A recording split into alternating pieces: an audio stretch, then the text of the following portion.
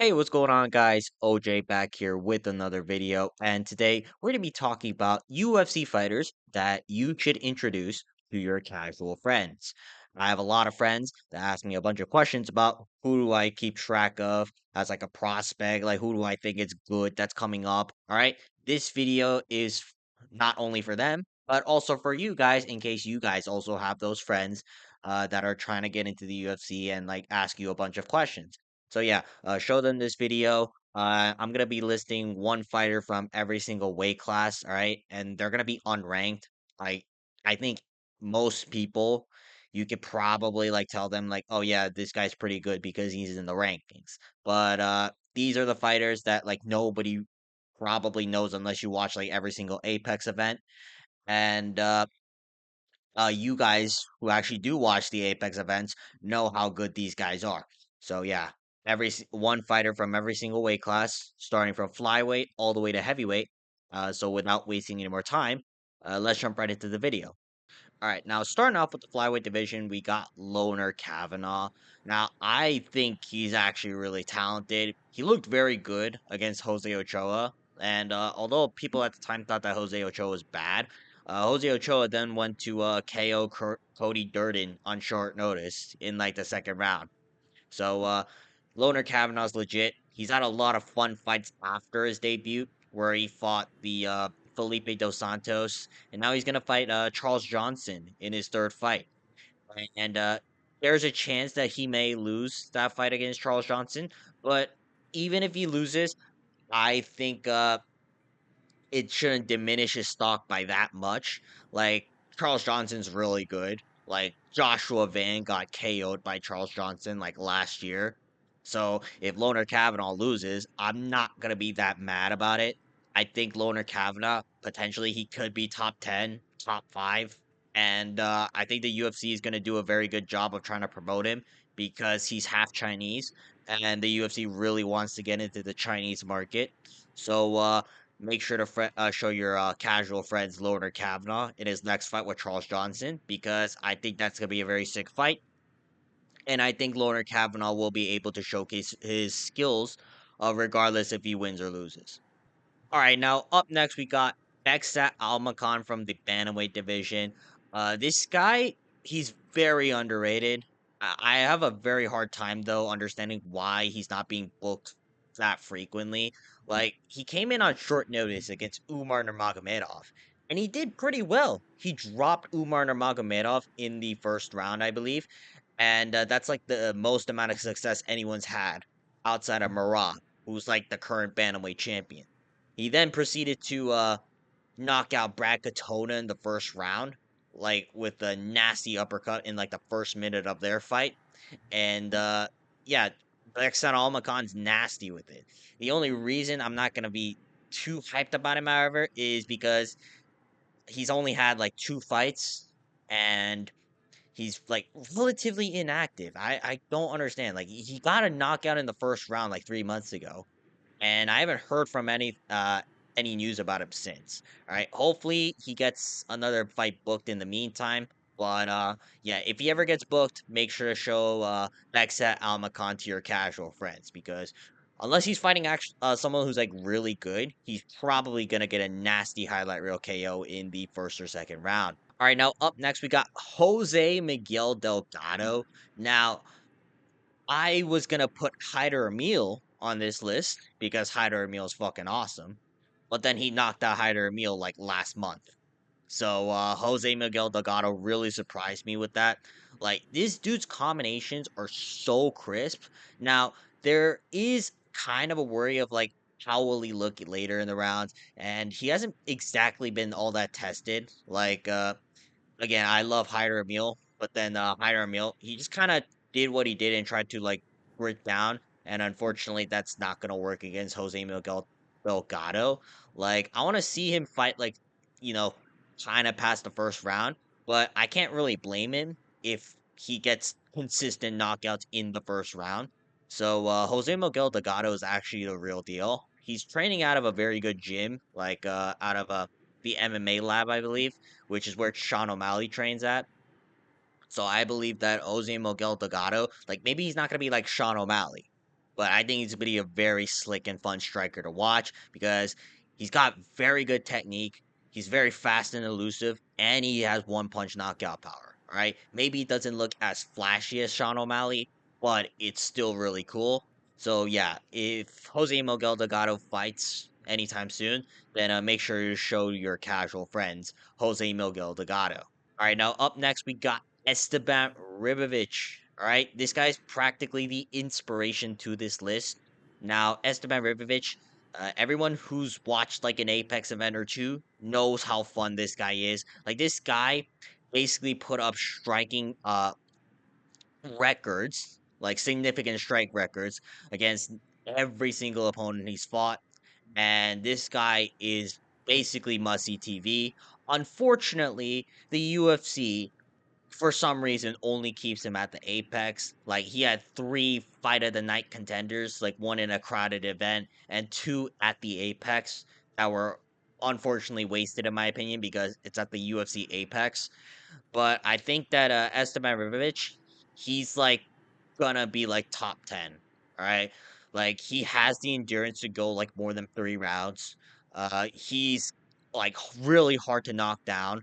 His takedown defense is unbelievable. Like his last fight with Elvis Brenner, like the scrambles were so nice to watch as well. And he's just must see TV. I don't know why the UFC keeps putting him in the Apex, but the second he fights on a pay-per-view on like another fight night event, make sure to show your casual friends Esteban Ribovic because he's like one of the most entertaining fighters. Uh hell, like I'd say the most entertaining fighter outside the rankings, and I'd put him up there within the top 10 for most entertaining fighters in this sport right now. All right, now up next we got Oh Kyun. Now, is this Korean glaze? Kind of, but for real though, I did not expect him to ragdoll Oban Elliott. I even picked against him in his fight with Oban Elliott. Like I thought Oban Elliott was a little bit too soon for him, but he just destroyed Oban Elliott, which I did not see coming. And even on the ground, which Oban Elliott, he's no stranger to scrambles. Like he was able to get back up against Basil Hafez. He was able to like scramble against Preston Parsons. Like Oban Elliott's a very good grappler. And Kozo Kyun just ragdolled him for 3 straight rounds. So I'm very interested to see how high his ceiling is. Like, there is some concern because he's kind of short for the welterweight division, and I don't really see a submission ability from Kozakyan. Like, he's got very good ground and pound. He's got very good wrestling and takedowns, and his striking is like good enough to where he can set up his takedowns, but I don't really see a submission ability. And at the top of the welterweight division, you need a submission ability. Like Hamar Usman's been the champion for the longest time, and people like now understand that we need to get back up. All right, I think you need more than that at this point because Kamaru Usman, like he just basically made everyone else train to get back up to their feet. But in all seriousness, though, like Kozakyan, I think he can be like top 15, top 10 if you give him the right matchups.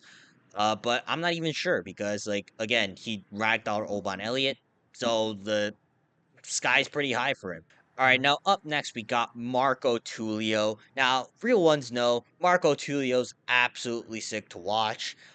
He got that crazy knockout against Trayshawn Gore. I believe it was like a he faked the spinning kick into like and then into like a left hook. I'm not exactly sure. All right, don't quote me on this. But either way, this guy's combinations are incredibly sick to watch. Like this guy's basically the middleweight version of Mauricio Rufy.